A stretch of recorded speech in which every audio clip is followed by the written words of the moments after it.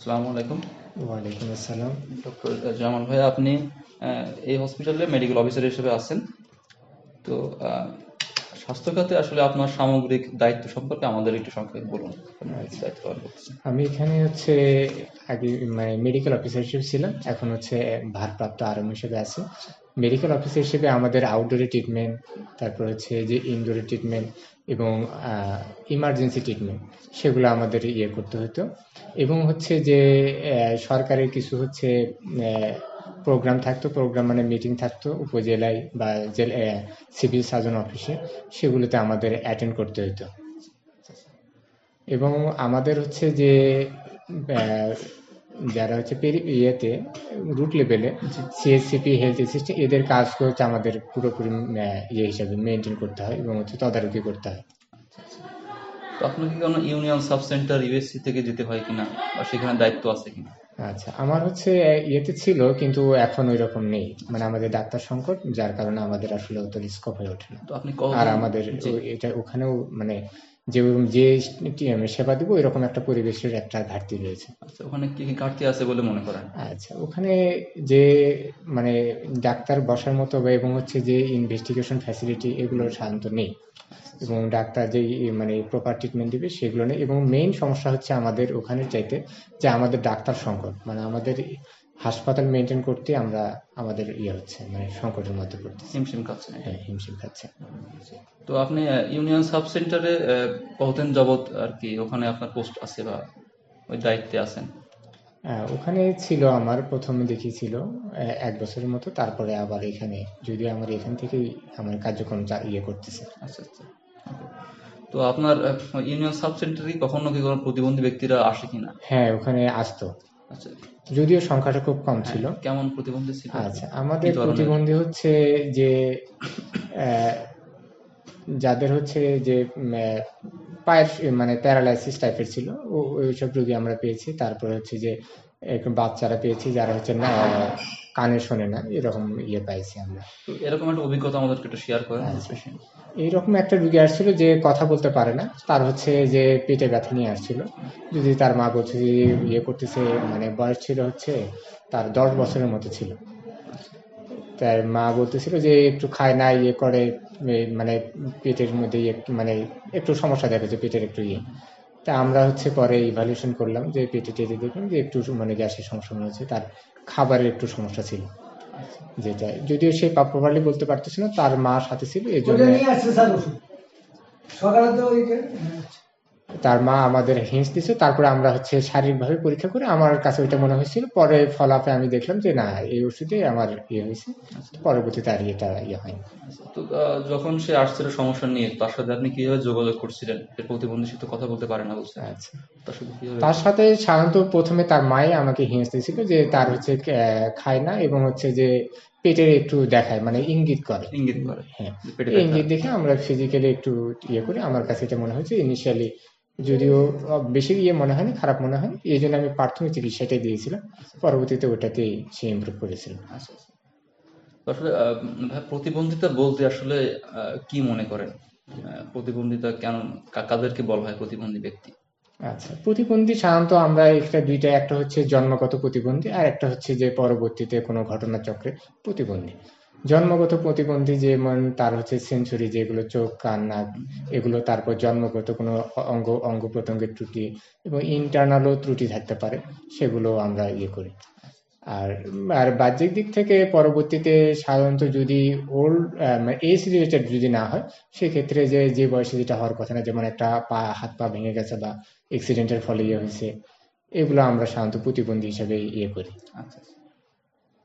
তো আপনি কি প্রতিবন্ধিতা সম্পর্কিত কোনো আইন বা গাইডলাইন সম্বন্ধে জানেন কিনা?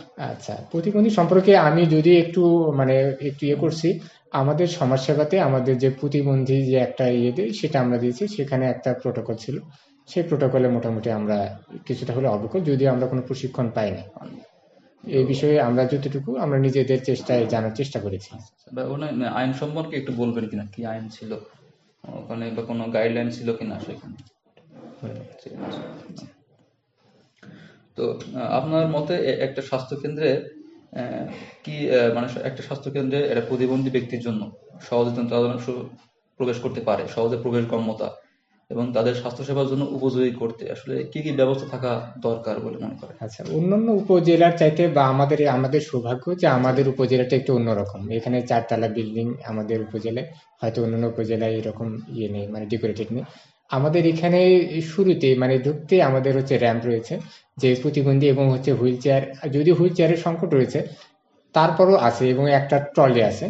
যদিও লোকবল আমাদের সংকট, আমাদের হচ্ছে যে ওয়ার্ড বয়ের সংকট, তারপরও আমাদের এই দুইটা আছে। এবং আমরা শুরুতেই যে আমাদের যে ইমার্জেন্সির সামনে ওখানে লিফলেট রয়েছে, এবং আমাদের আউটডোরে হচ্ছে যে র্যাম্প রয়েছে, এবং হচ্ছে ওখানে হুইল চেয়ারের ব্যবস্থা নেই, কিন্তু ওখানে বসার ব্যবস্থা রয়েছে।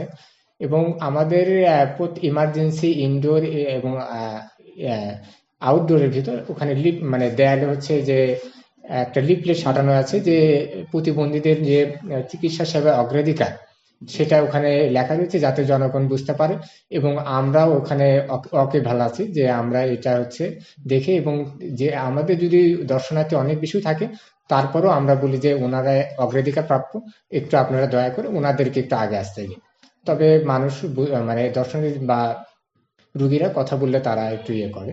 এবং আমাদের স্টাফরা যতটুকু আমাদের সীমাবদ্ধ রয়েছে এর ভিতরেই তারা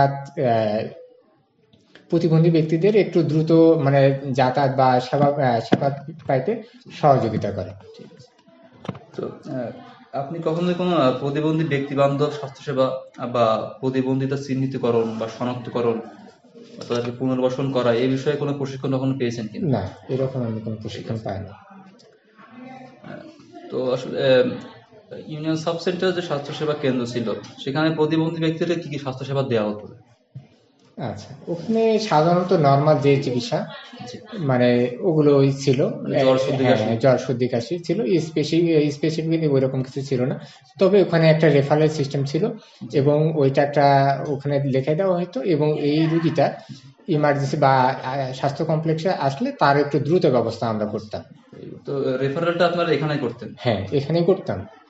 মানে যদি আমাদের মনে হতো যে এখানে আমরা করতাম। তো এই প্রতিবন্ধী ব্যক্তিরা যখন আসে, আপনি বলছেন যে তার মায়ের সাথে কথা বলছেন, তো যখন আসতো প্রতিবন্ধী ব্যক্তিরা আপনার সাথে কথা বলতে, তখন তাদের সাথে কোনো সাইন ল্যাঙ্গুয়েজ ব্যবহার করে কথা বলতেন, নাকি তাদের সাথে যে গার্ডিয়ান থাকতো তাদের মাধ্যমে আপনি তাদের সাথে কথাগুলো শুনতেন? আচ্ছা, এটা সাধারণত হয় যে অনেক রুগী আমাদের এখানে আসে, যেমন স্ট্রোকের রুগী, অনেক সময় তাদের কথা বলতে সমস্যা হয়। তাদের ক্ষেত্রে আমরা অ্যাডাল্টের মতো মানে কিছু হচ্ছে যে বলতাম যে বাবা কোথায় সমস্যা, ইশারা করতাম, বললাম যে আপনি হাত দিয়ে দেখান যে এই জায়গায় সমস্যা কিনা। এবং সেই জায়গায় যখন যদি সে দেখাতে পারতো, ওই এলাকা বা ওই সিস্টেমটা আমরা একটু ভালোভাবে পরীক্ষা করার চেষ্টা করতাম, যে আসলে ওখানে কোনো প্যাথোলজি আছে কিনা, বা ওখানে কোনো স্পেশাল সমস্যা আছে কিনা।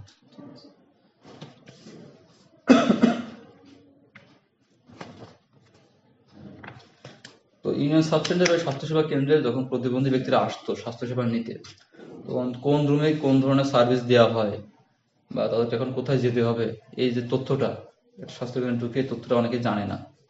তো এই তথ্যটা তারা তখন কিভাবে জানতো? আচ্ছা, আমাদের শুরুতেই মানে রুমের ঢোকার মানে ইমার্জেন্সিতে, যদি ইমার্জেন্সি আমরা চিন্তা করি, ইমার্জেন্সি ঢুকতেই আমাদের ওখানে মানে ইন্ডিকেটর রয়েছে, যে এবং হচ্ছে লিফলেট মানে দেয়ালে সাঁটানো আছে, যে প্রতিবন্ধী ব্যক্তিরা কিভাবে ইয়ে নেবে। আমাদের হুইল চেয়ার আছে ওখানে। ইমার্জেন্সিতে যেহেতু প্রথমে যদি ইমার্জেন্সি পেশেন্ট হয়, সেক্ষেত্রে ইমার্জেন্সি যাবে, সেখান থেকে আমরা হচ্ছে ওয়ার্ড বয়ের সাপেক্ষে যদি তার ভর্তি লাগে, আমরা ট্রলি দিয়ে তাকে ভর্তির ব্যবস্থা করি। এবং আমাদের এখানে ইনডোরে রুগীদের যদিও টয়লেট এখানে ভিতরে ব্যবস্থা নাই, তারপরে এখানে আমাদের হাই কমোড রয়েছে, যাতে টয়লেট বা স্যানিটারি ইউজ করতে তাদের সুবিধা হয়।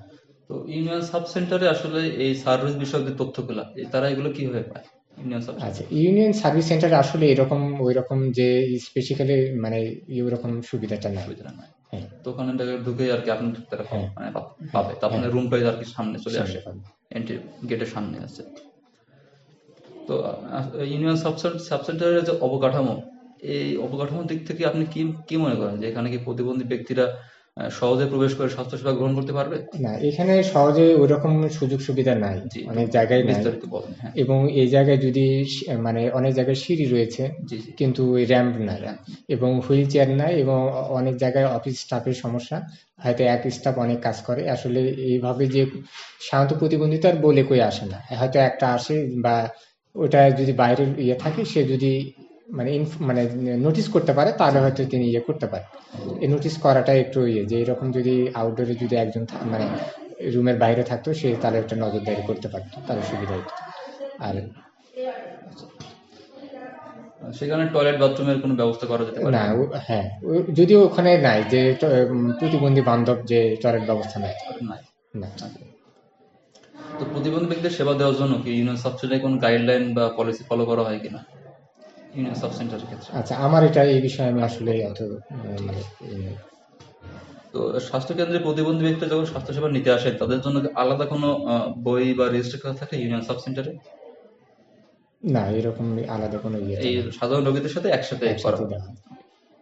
তো একটা কমিউনিটিতে যখন একজন শিশু প্রতিবন্ধী হিসাবে মানে সম্ভাব্য হিসাবে আর কি মানে অনুমান করা হয়, তো এই যে প্রতিবন্ধী ব্যক্তিদের তারা প্রথমে কিভাবে চিহ্নিত করা হয় স্বাস্থ্যকেন্দ্রে, মানে কমিউনিটি পর্যায়ে এটা প্রতিবন্ধী কিভাবে চিহ্নিত করা হয়, এর জন্য কোনো স্ক্রিনিং টুল বা সংক্ষিপ্ত কোনো প্রশ্নবল ইউজ করা হয় কিনা, কোনো পদ্ধতি অবলম্বন করা হয় কিনা প্রতিবন্ধিতা চিহ্নিতকরণের ক্ষেত্রে?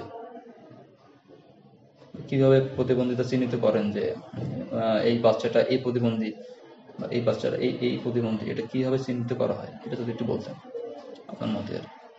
আচ্ছা, এটা সাধারণত যে মানে ওইরকম কোনো টুল নেই যে স্পেসিফিক্যালি, তারপরও যে কমিউনিটি লেভেলে যারা ওয়ার্কার আছে, ওনারা যে তাদের সাধারণ জ্ঞানে যেটা সন্দেহ মনে করে, সেটা আমাদের উপজেলা স্বাস্থ্য কমপ্লেক্সে রেফার করে।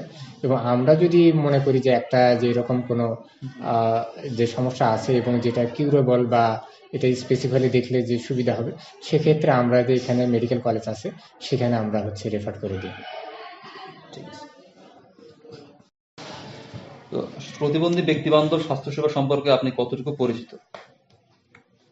আচ্ছা, এই হিসেবে আমাদের ওখানে যদিও আমরা সচেতন করতেছি আমাদের স্টাফদের, যে এরকম যদি ইয়ে আসে, তারা তড়িৎ গতিতে তার যাতে সেবাটা পায়, এবং ওষুধপত্র যেগুলো আছে মানে সর্বোচ্চ যাদেরকে দেওয়া যায়, এবং একবারে যাতে দেওয়া যায়, যাতে বারবার না আসতে হয়।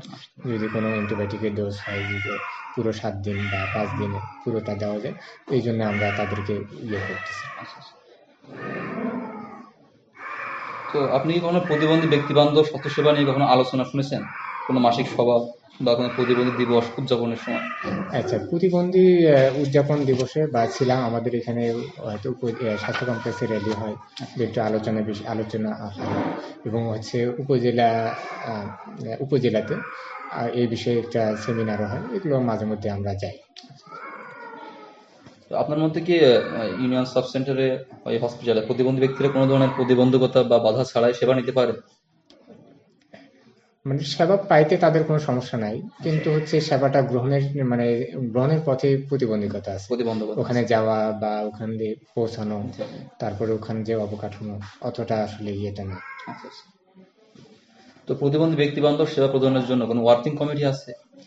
না, আমি এই বিষয়ে আসলে জানি না যে আসলে ওয়ার্কিং কমিটি আছে কিনা। যদি কোনো প্রতিবন্ধী ব্যক্তি বিভিন্ন অসুবিধা বা কোনো প্রতিবন্ধকতার সম্মুখীন হয়, তাহলে তখন কি পদক্ষেপ নেওয়া হয় এই সমস্যাগুলো সমাধানের জন্য সেবা নেওয়ার ক্ষেত্রে?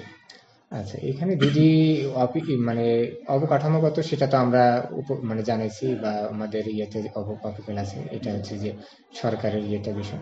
কিন্তু আমাদের হচ্ছে যে মানে জনগণ মানে স্টাফ রিলেটেড, সেগুলো হচ্ছে আমরা দ্রুত করার চেষ্টা করতেছি, এবং তাদেরকে যেন দাঁড়াতে না হয়, এবং ওই ডাক্তার যেখানে দেখে সেখানে সাধারণত ওষুধটা দেওয়ার ব্যবস্থা করা যায়, বা তাকে যদি ওইরকম যদি হাঁটতে সক্ষম হয়, অন্তত তাকে ধরে নিয়ে যায়, বা সাথে সাথে দ্রুত তাকে ইয়ে করা, সেবা দেওয়া। সেবা দেওয়া। তো কখনোই বললেন যে রেফারেল করা হয়, রেফারেলটা উপজেলা হেলথ কমপ্লেক্স করা হয়? রেফারেল করা হয়, উপজেলা হেলথ কমপ্লেক্স রেফারেল করা হয়।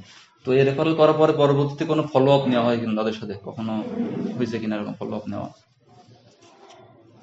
এরকম যদি ফলাফের কোনো ইয়ে থাকে, আমরা সাধারণত এখানে অনেক সময় আসতে বলি, বা আমাদের যে কমিউনিটি সিএসসিপি বা হেলথ অ্যাসিস্ট্যান্ট আছে, তাদের মাধ্যমে অনেক সময় খোঁজ খবর নেওয়া হয়, খবর নেওয়া হয়। বা এই বিষয়টা তাদেরকে জানানো হয় যে আপনার এলাকায় আছে, এটা যদি কোনো একটা আপডেট দেবে। ঠিক আছে। তো ওই স্বাস্থ্যসেবা কেন্দ্রের প্রতিবন্ধী ব্যক্তিরা কি সাধারণ মানুষদের সাথে একইভাবে, মানে একই সাথে কি সেবা নিতে পারে? এটা আপনারা কিভাবে নিশ্চিত করতেছেন? আচ্ছা, এটা হচ্ছে যে আমি ওখানে তাদের জন্য আসলে প্রায়োরিটি দেওয়া হয়, যদি আমরা এটা আসলে আমাদের স্টাফ যদি আমরা আমাদের নজরে যখনই পড়ে, মানে মানে কমপ্লেক্সে বা ইয়েতে বা ওয়ার্কিং এরিয়াতে, তখন আমরা দ্রুত ওটা চেষ্টা করি তাকে দেখানোর জন্য। আচ্ছা। তো প্রতিবন্ধী ব্যক্তিরা যেন সহজে আপনার ওই ইউনিয়ন সাব সেন্টারে সহজে যেন প্রবেশ করে সেবা নিয়ে আবার সহজে বেরোয় আসতে পারে, এই যে সহজ প্রবেশগম্যতা, এটা আপনারা কিভাবে নিশ্চিত করতেছেন?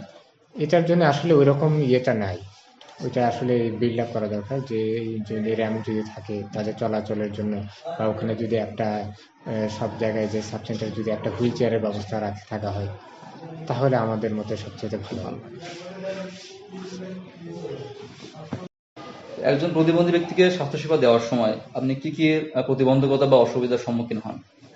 আচ্ছা, প্রথম কথা হচ্ছে যে তাদের যে লক্ষণগুলো বা সমস্যাগুলো, এগুলো হচ্ছে সহজে সর্ট আউট করা যায় না বা ইয়ে করা যায় না।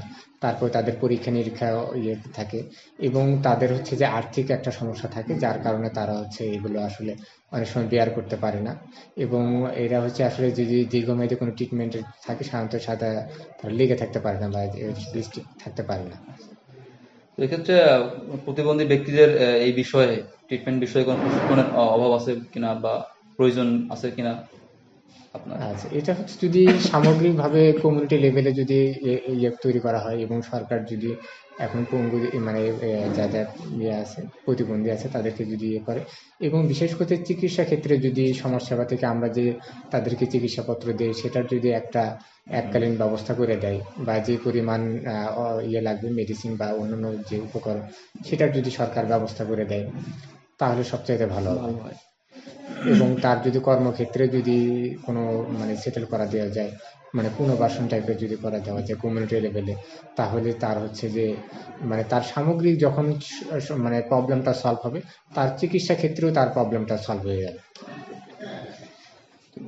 তো প্রতিবন্ধী ব্যক্তি বান্ধব যে স্বাস্থ্যসেবা এটা দেওয়ার সময় স্বাস্থ্যকেন্দ্রের অবকাঠামো দিক থেকে কখনো কোনো অসুবিধার সম্মুখীন আপনি হয়েছেন? হ্যাঁ, ওখানে তো সমস্যা ইয়ে হয়, যখন যদি কি ধরনের সমস্যা হয়েছিল? আহ, মানে যাদের পঙ্গু, মানে যে পায়ের প্যারালাইসিস, তাদের ক্ষেত্রেও ধরে নিয়ে আসতে হয়, ধরে নিয়ে কারণ আসতে সেখান তো ইয়ে থাকে না, হুইল চেয়ার বা এগুলো আসলে নেই যে দ্রুত সহজে আসতে পারবে, এরকম ফ্যাসিলিটি। ফ্যাসিলিটি নাই। আচ্ছা।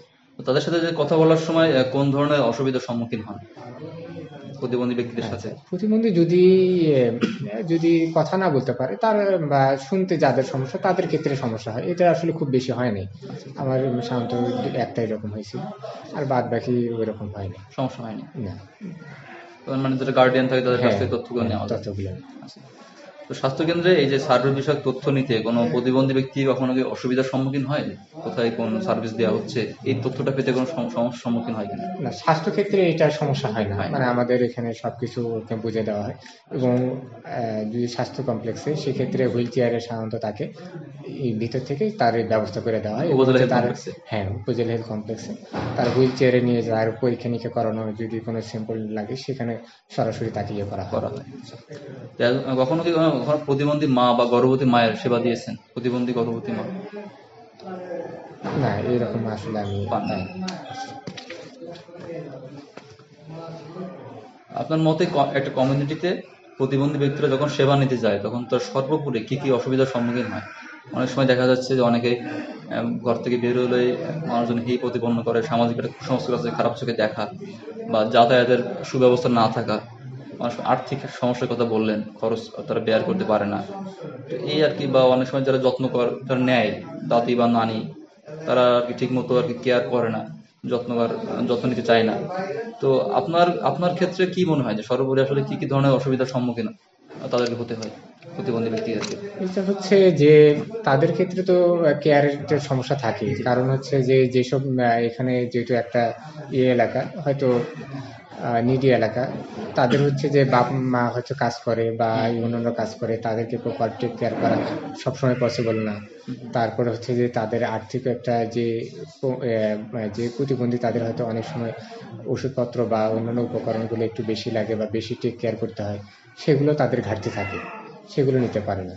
এবং হচ্ছে যে চিকিৎসা স্বাস্থ্য বা এই সেবায় ওষুধপত্র বা এগুলো অনেক ঘাটতি থাকে, যে পর্যন্ত দরকার তার মানে পায় না। পায় না। এটাও একটা ইয়ে। তো বুদ্ধি প্রতিবন্ধিতা বা মানসিক অসুস্থতা যে সকল শিশুদের আছে, যাদের দীর্ঘমেয়াদী অনেক সময় ট্রিটমেন্টের প্রয়োজন হয় বা কোনো পুনর্বাসনের প্রয়োজন হয়, তো তাদেরকে আসলে কি কি ধরনের অসুবিধার সম্মুখীন হতে হয়?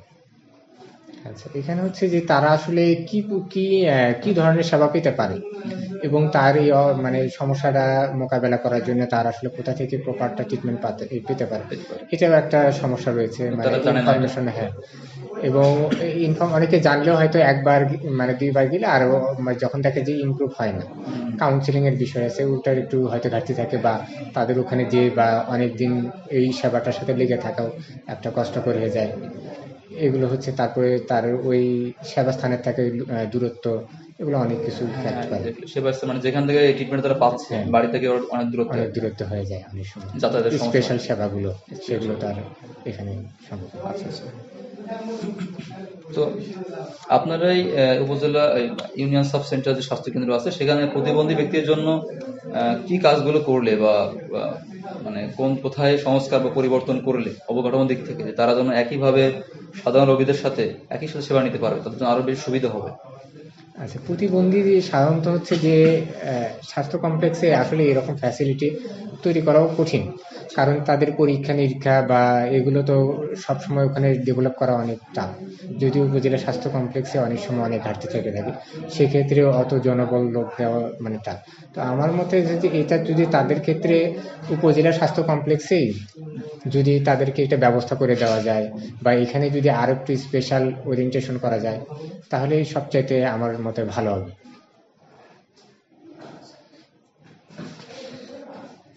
একজন প্রতিবন্ধী ব্যক্তিকে স্বাস্থ্যসেবার এই তথ্যটা তাদের ঘাটতি, অনেকে বললেন যে তারা আসলে ঠিক মতো জানে না যে কোথায় তাদের যেতে হবে, গেলেও অনেক যাতায়াতের সমস্যা বা অন্যান্য সমস্যার কারণে তারা যেতেও চায় না।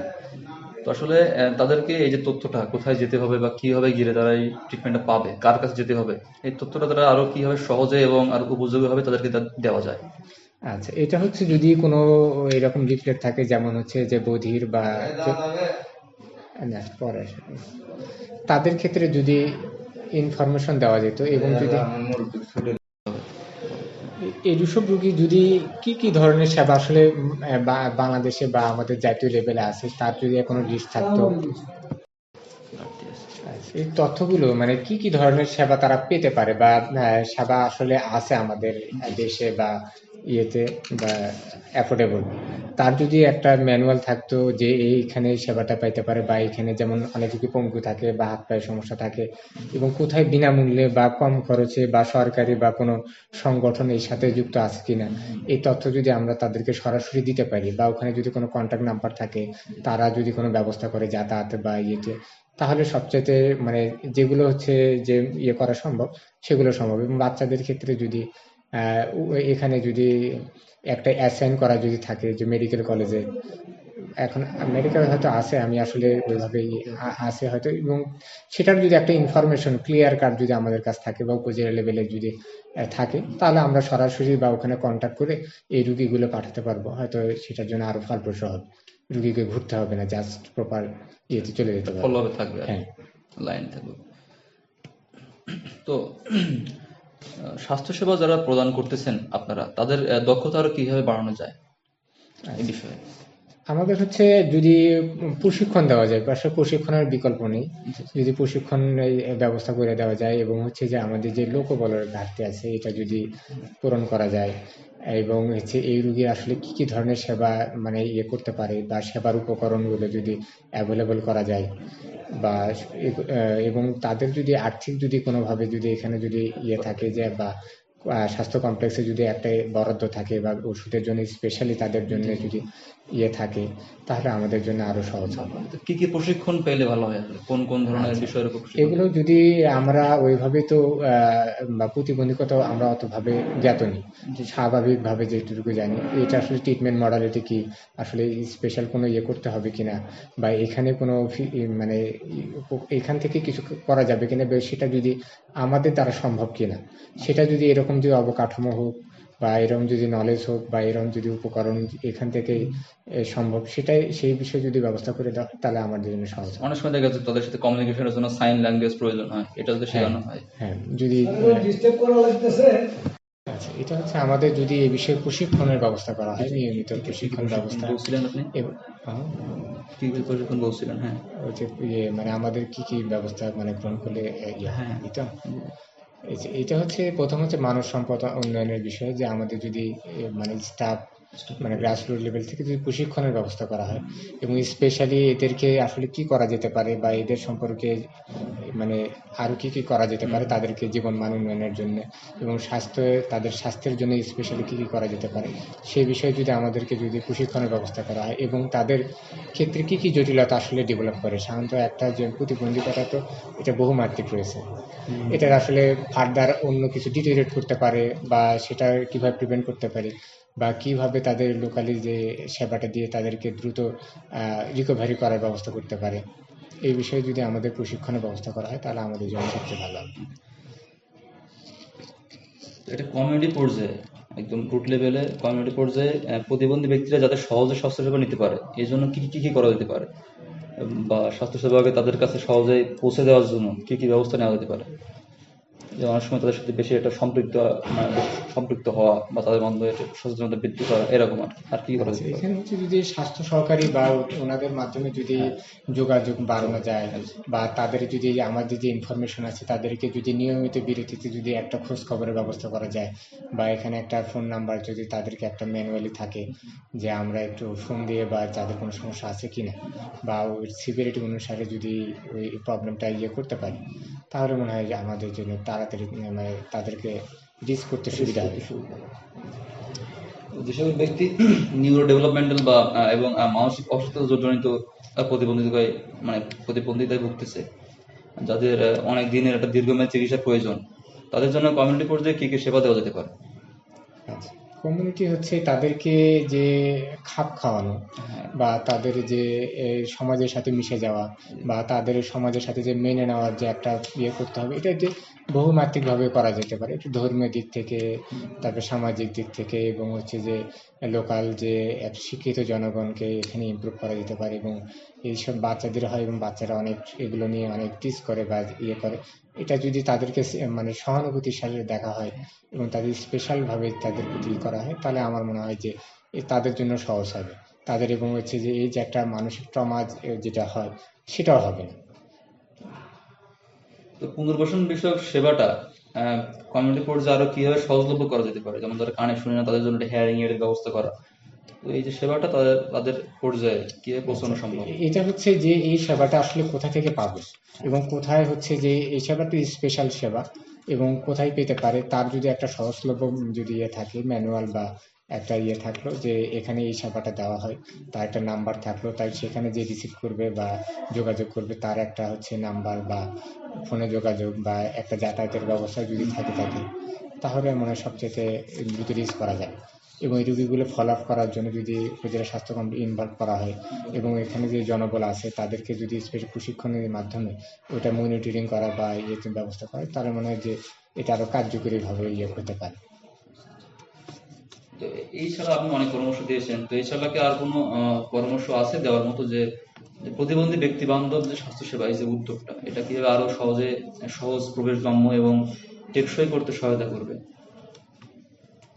এখানে হচ্ছে যে একটা হলিস্টিক যদি অ্যাপ্রোচ নেওয়া হয়, যদি কোনো কিছু শুরুতেই যেমন কোনো প্রতিষ্ঠান করার সব ক্ষেত্রে যদি প্রতিবন্ধীদের জন্য স্পেশালি মাথায় রাখা হয়, সব জায়গায় তাদের জন্য একটা এন্ট্রি এক্সিট বা সেবার জন্য যে আলাদা যদি একটা ইয়ে ডেভেলপ করা হয় প্রতিবন্ধী এবং হচ্ছে যে গর্ভবতী নারীদের জন্য স্পেশালি, তাহলে মনে হয় সবচেয়ে ভালো হবে। Thank you. আচ্ছা, থ্যাংক ইউ ভাই, অসংখ্য ধন্যবাদ আপনার মূল্যবান মতামতের জন্য।